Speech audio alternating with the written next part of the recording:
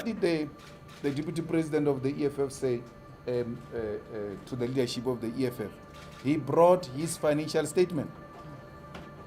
And we looked at the financial statement. We went through the financial statement. We cannot locate. We call on the National Director of Public Prosecutions to stop the political persecution of political opponents, because such will further weaken the credibility of the National Prosecutions Authority. We further note that the EFF will continue to pursue its fight against corruption without fear of intimidation or parliament-sanctioned violence by the police and parliamentary security services. SABC understands that the economic freedom fighters will announce leadership changes of the party at midday today. Now, several highly placed sources have confirmed to SABC News that EFF Deputy President Floyd Shivambu has indicated his intention to resign from the party. This just keeps getting interesting. Whilst others are being charged with corruption, we have a politician whom we thought he'd be loyal to his party filing for resignation. Who would have thought that Floyd Shivambu would decide to resign from the economic freedom fighters? Despite him and Julius Malema being close from a while ago, there actually has been a bad blood between them, which we'll look into as we cover the full details behind Floyd Shivambu's resignation. Floyd Shivambu has served as the Deputy President of EFF since 2013, and him and Malema has been close buddies for a while. After this year's election, we've noticed that the EFF slipped from the third largest party to the fourth position, overtaken by the sudden rise of Jacob Zuma's party called Umkhonto Wesizwe. And this has basically led to rifts within the EFF's leadership structure. Shivambu didn't take this loss well and tried to fight the coalition between the DA and the ANC.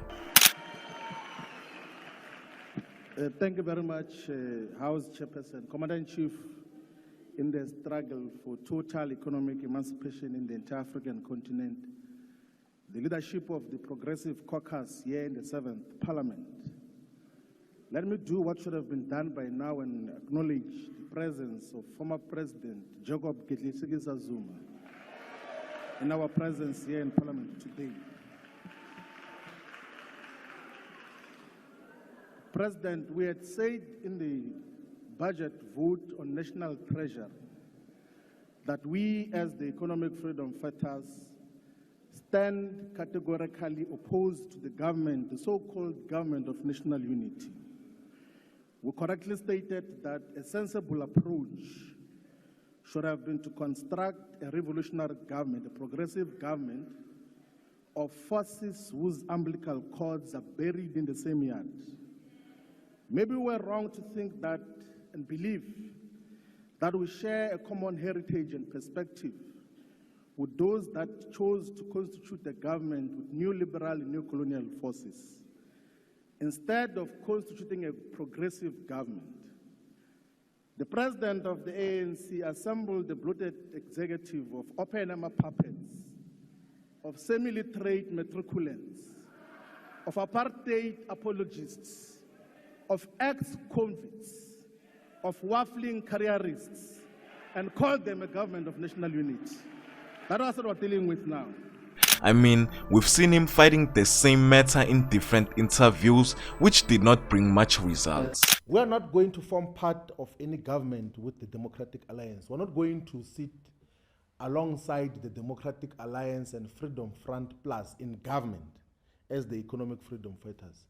And we are not desperate for positions in government. We're not going to do everything in our power so that we're appointed into cabinet or we become speakers of parliament and all of those things. We're not going to... What is your envisaged coalition if you were to go into one with the ANC? Can you just describe it to us in layman's terms?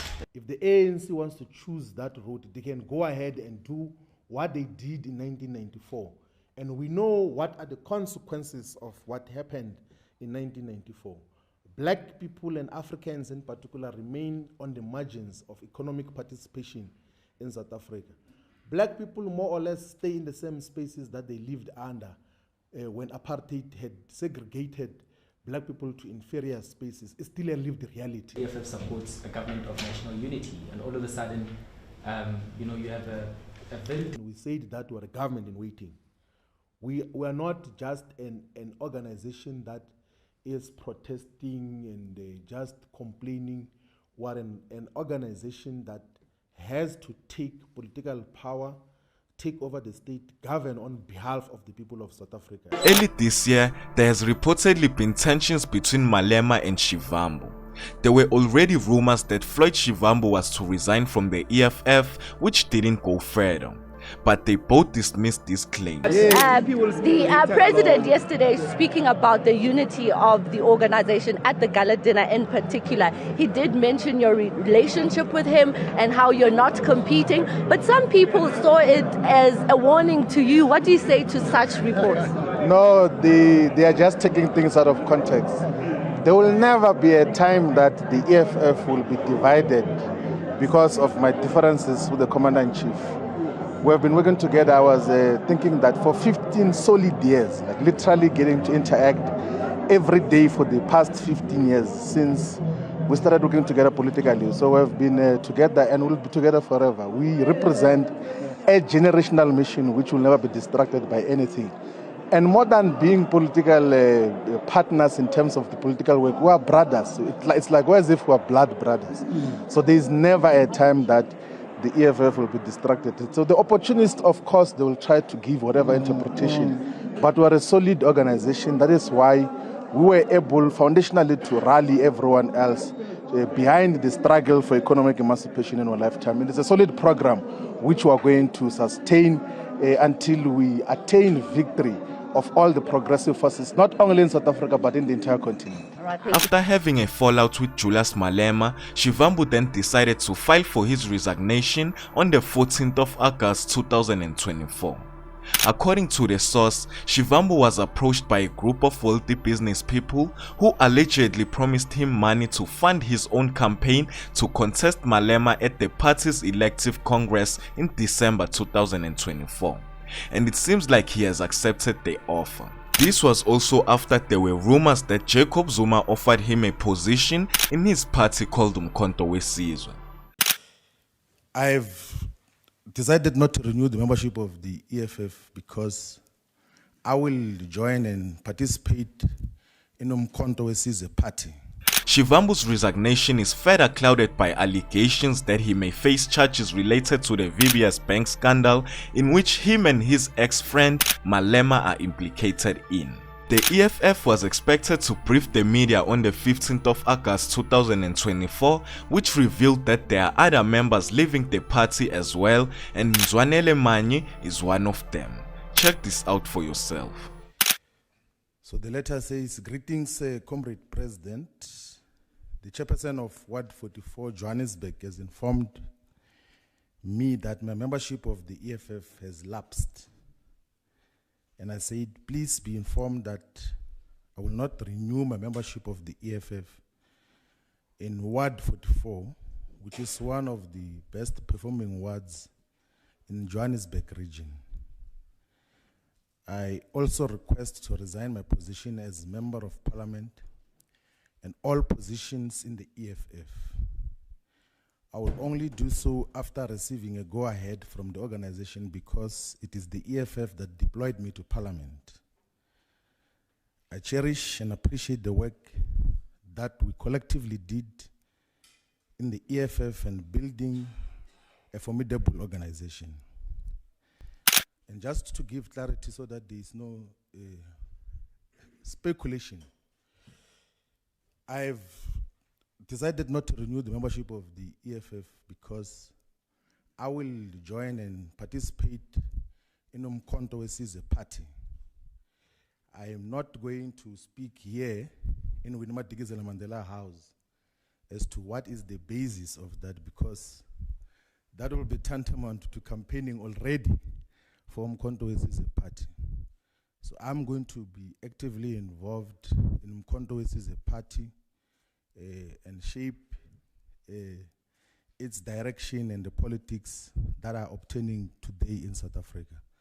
So that is to end the uncertainty or speculations that have been obtaining in terms of what is going to happen. There is no specific position that have been assigned to me. There is no commitment or any promise of deployment to parliament or to anything. It's a decision that I have taken, and I think and believe that it will add meaningful value to the progressive and revolutionary politics that must be pursued by all the progressive forces in South Africa. Thank you very much. I stand before you to accept the decision of the Deputy President of the EFF, who has voluntarily resigned his positions and did not renew his membership. When he sent me a letter yesterday, I felt the same pain when I received the news of the passing away of my mother. Because Floyd, to me, is not just a comrade, he's a brother. And he will remain a brother even when he pursues his political career differently. We formed this organization together. And I've told him that resigning from the EFF is equal to resigning from himself, because this is his organization. The constitution of the EFF does not allow people to resign and join other political parties and come back to the party. But I've made this offer to Floyd, that the day you decide to come back, you are more than welcome. Floyd is not the only one. Jimmy Manyi has also resigned to go and join MK. And there will be many others who are going to leave the EFF because they've got their loyalty and support to the Deputy President. So fighters on the ground should be prepared for more people to follow. And this should not serve as a point of collapse for the EFF. This is a testing moment. The organization that has lived beyond 10 years has never been through this testing moment. The EFF will have to pass this test or it will have to die. And we, as members and leaders of the EFF, will defend its life, will make sure it lives forever for generations to come. This is basically just the beginning. There are a lot of surprises for us in this politics game, and I'll keep you updated on every one of them. Y'all let me know what you think of this down in the comments. My name is Jay, and this is Moment in Future, pulling you into the truth.